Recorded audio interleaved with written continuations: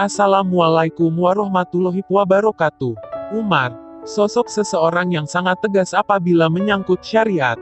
Mimin akan menceritakan bagaimana Umar pertama kali memeluk Islam. Apa yang dikatakan Rasulullah Shallallahu Alaihi Wasallam tentang Umar bin Khattab. Hampir dipastikan semua umat Islam akan mengenal sosok Umar bin Khattab radhiyallahu anhu, keberanian, keadilan, kecerdasan, sikap kritis keras dan ketegasannya, sekaligus kelembutan, kesedihan dan mudah tersentuh, adalah dua kondisi berlawanan yang menyatu dalam pribadi Umar. Terutama keberaniannya, telah terkenal sejak dia belum memeluk Islam, jagoan dan ahli berkelahi yang selalu memenangkan pertandingan adu kekuatan di pasar Ukas.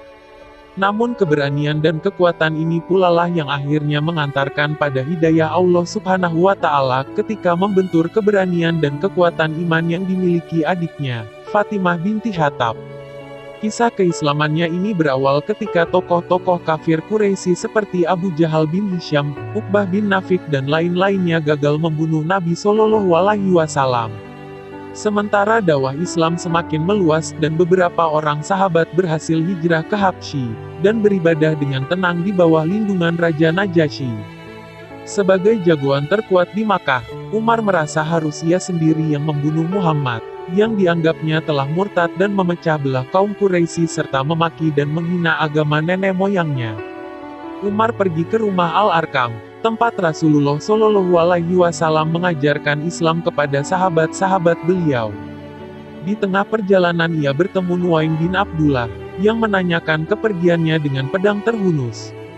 Begitu mengetahui niatnya untuk membunuh Rasulullah Shallallahu Alaihi Wasallam, Nuaim justru mencela Umar, hendaknya engkau meluruskan urusan keluargamu dulu sebelum urusan Bani Manaf. Sesungguhnya adikmu sendiri Fatimah binti Khattab dan suaminya yang juga anak pamanmu, Said bin Zaid telah mengikuti ajaran Muhammad. Merekalah yang harus engkau selesaikan urusannya.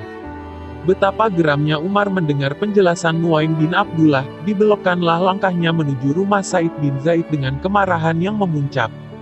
Saat itu, di rumah Said juga ada Habab ibnu Arat yang sedang mengajarkan ayat-ayat Al-Quran pada mereka. Mendengar kedatangan Umar, Habab langsung bersembunyi. Said membukakan pintu dan Fatimah menyembunyikan lembaran mushaf Al-Quran. Begitu melihat Said, kemarahan Umar tidak bisa dibendung lagi. Seolah kemarahannya kepada Nabi Shallallahu Alaihi Wasallam ditumpahkan semua kepada adik iparnya tersebut. Dibentaknya Said sebagai murtad dan memukulnya hingga terjatuh. Fatimah mendekat untuk membela suaminya, tapi dipukul oleh Umar pada wajahnya. Sungguh keadaan yang mengenaskan dan membahayakan bagi kedua suami istri tersebut. Umar sudah menduduki dada Said, satu pukulan telak dari jagoan Ukas itu bisa jadi akan membunuhnya. Namun tiba-tiba terdengar tawa keras dari Fatimah, "Hai musuh Allah, kamu berani memukul saya karena saya beriman kepada Allah. Hai Umar, perbuatlah apa yang engkau suka, karena saya akan tetap bersaksi bahwa tiada Tuhan melainkan Allah, dan bahwa Muhammad adalah Rasulullah." Umar tersentak bagai disengat listrik, tawa itu seakan menembus ulu hatinya, terkejut dan heran. Umar bin Khattab adalah seorang lelaki yang sering dilukiskan sebagai, jika ia berbicara, maka orang akan terpaksa mendengarkannya. Jika berjalan, langkahnya cepat bagai dikejar orang. Jika berkelahi maka pukulannya adalah pukulan maut yang mematikan. Tetapi ternyata ada orang yang berani menentangnya, seorang wanita, dan adiknya pula. Kekuatan apa yang bisa membuatnya berani menentang kalau tidak kekuatan yang maha hebat, kekuatan iman? Mulailah percikan hidayah menghampirinya. Kemarahannya mereda, dimintanya lembar-lembar Al-Quran yang dipegang Fatimah. Tetapi sekali lagi jagoan duel di pasar Ukas ini seakan tak berkutik ketika adiknya tersebut berkata dengan tegas, tidak mungkin, ia tidak boleh disentuh kecuali oleh orang-orang yang suci. Pergilah, mandilah dan bersuci. Bagai anak kecil yang penurut, Umar pun berlalu. Sesaat kemudian kembali dengan jenggot yang mengucurkan air. Diberikanlah lembaran mushaf yang berisi surah Toha ayat 1-6. Makin kuatlah hidayah Allah membuka mata hatinya. Setelah ayat-ayat tersebut dibacanya, meluncurlah kata-kata dari mulutnya. Tidak pantas bagi Allah yang ayat-ayatnya sebegini indahnya, sebegini mulianya mempunyai sekutu yang harus disembah. Tunjukkanlah padaku di mana Muhammad. Sebuah pernyataan yang menunjukkan perubahan sikap dan keyakinannya selama ini terhadap Nabi Shallallahu Alaihi Wasallam. Habab bin Arad pun keluar dari persembunyiannya dan berkata, "Bergembiralah Umar, sesungguhnya Nabi telah bersabda tentang dirimu." Beliau berdoa, "Ya Allah, kuatkanlah Islam dengan salah satu dari dua Umar, Umar bin Hisham, Abu Jahal, atau Umar bin Khattab, dan engkau dipilih Allah untuk memperkuat Islam." Habab mengantarkan Umar ke rumah Al-Arkam di dekat Safa. Di sana ia ditemui Nabi Shallallahu Alaihi Wasallam.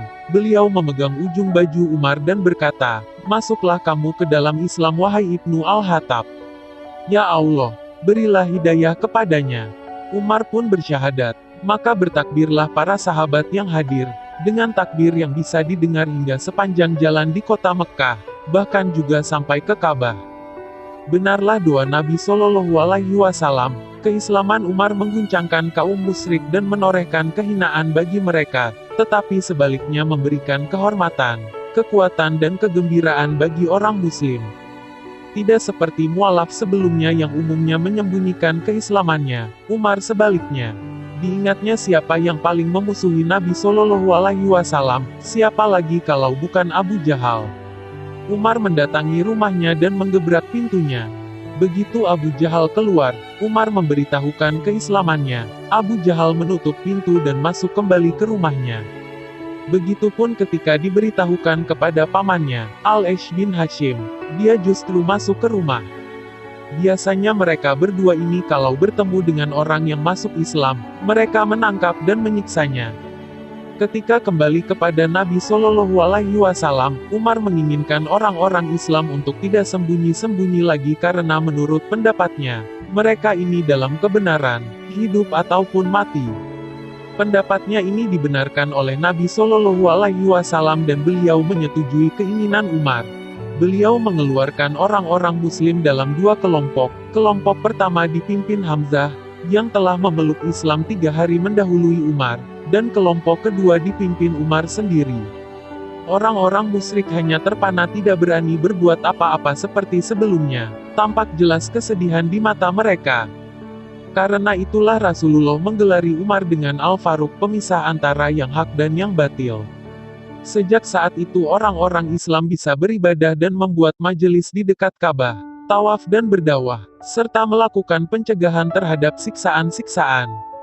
Demikian kisah awal mula Khalifah kedua mendapat hidayah dan memeluk Islam, yang kemudian Nabi menggelarinya Al-Faruq. Jika kalian suka video ini, tolong like dan subscribe. Terima kasih. Wassalamualaikum warahmatullahi wabarakatuh.